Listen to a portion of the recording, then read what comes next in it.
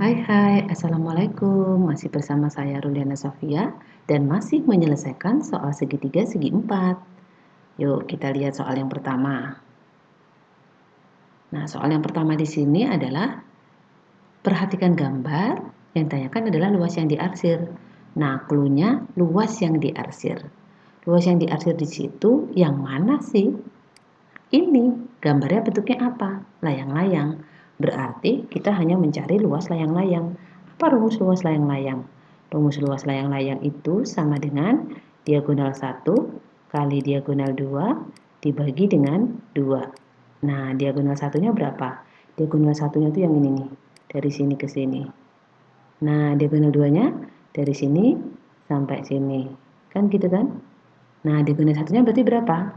3, ini kan diagonal 2-nya adalah 8. Jadi di sini 3 cm dikalikan dengan 8 cm dibagi dengan 2. Nah, 8 bagi 2 itu sama dengan 4, maka sama dengan 12 cm persegi. Nah, gini kan gampang?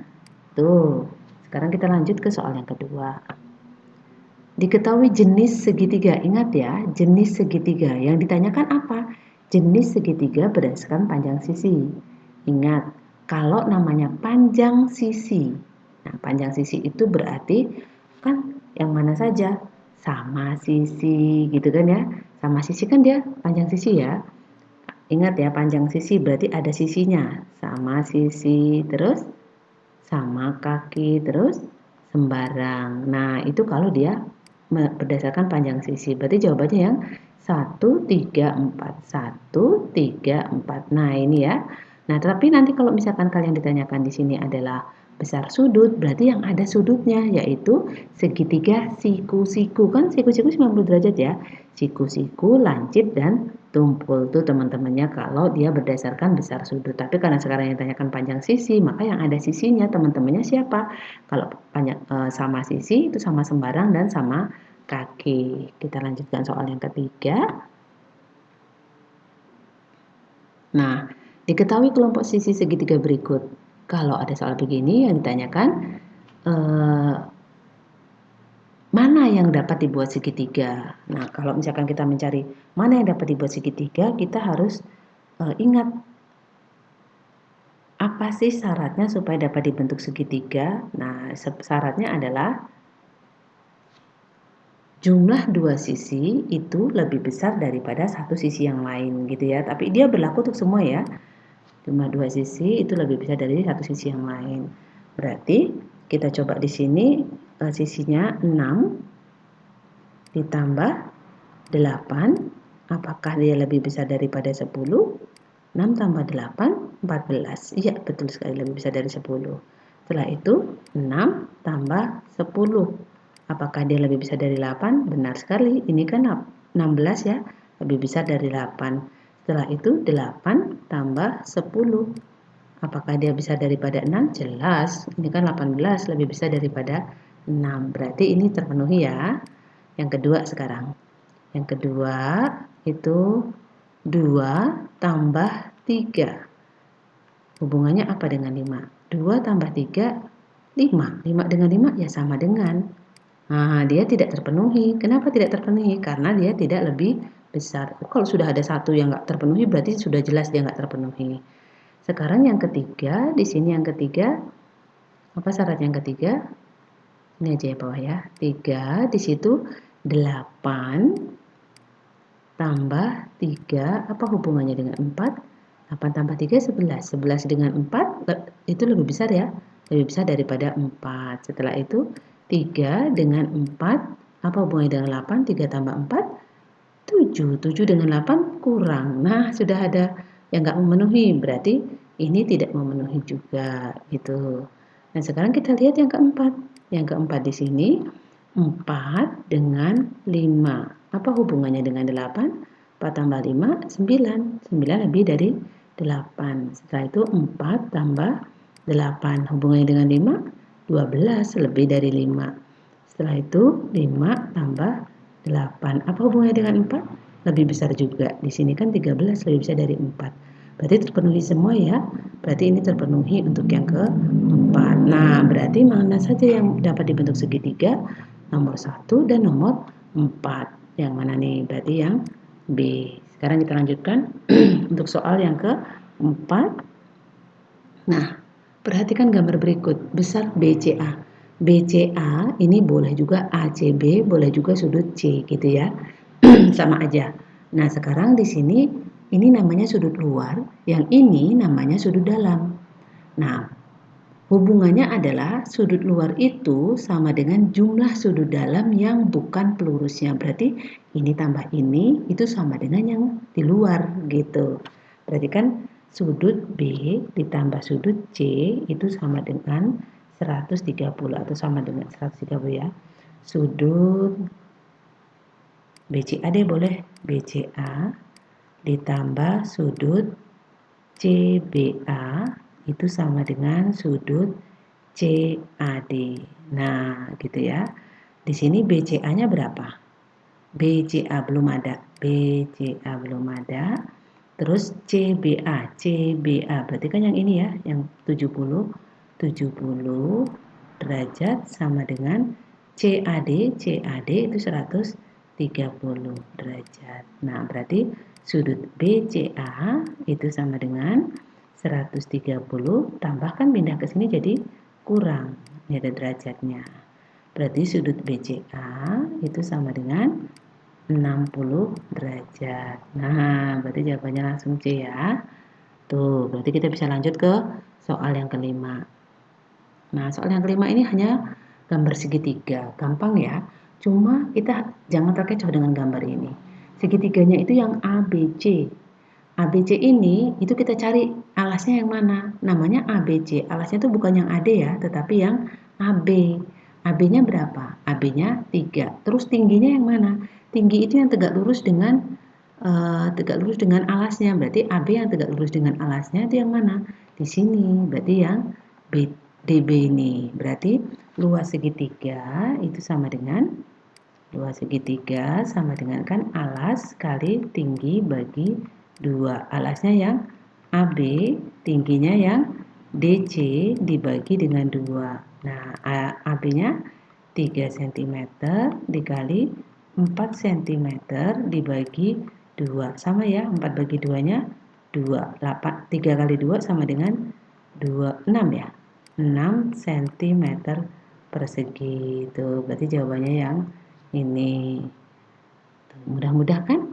Nomor 6. Luas persegi panjang. Nah, clue-nya luas persegi panjang. Luas persegi panjang, apa rumusnya? Luas persegi panjang itu sama dengan panjang kali lebar. Panjang kali lebar. Luasnya sudah ada belum? Sudah ada. 132 cm persegi. Panjangnya yang dicari, lebarnya 11 cm. Nah, kalau kita mau cari panjangnya, ini kan perkalian nih. Pindah ke sini jadinya pembagian. Jadi 132 cm persegi dibagi dengan 11 cm. Ini habis ya, yang ini tinggal cm aja. Nah, 132 dibagi 11, ingat ini 11 sama ini ada 1 sama 2, ini penjumlahannya. Berarti panjangnya itu sama dengan 12. Nah, 12 apa tadi? 12 cm. Tuh, 12 cm. Nomor 7. Nah, nomor 7 itu panjang jajar genjang. Ingat, yang namanya jajar genjang, tahu semua ya bentuknya seperti apa jajar genjang itu.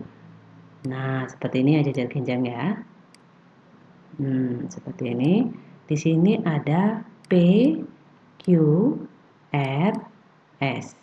Nah, PQ-nya ada di sini 2X dikurang 5. RS-nya X ditambah 8. Ingat ya, sifat dari jajar genjang. Sisi yang berhadapan itu sama panjang. Berarti di sini PQ itu sama dengan SR.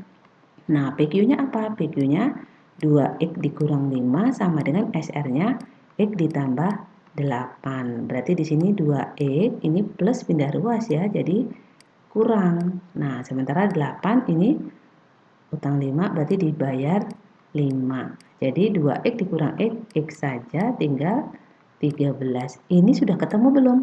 Ya belum. Yang ditanyakan kan panjang PQ.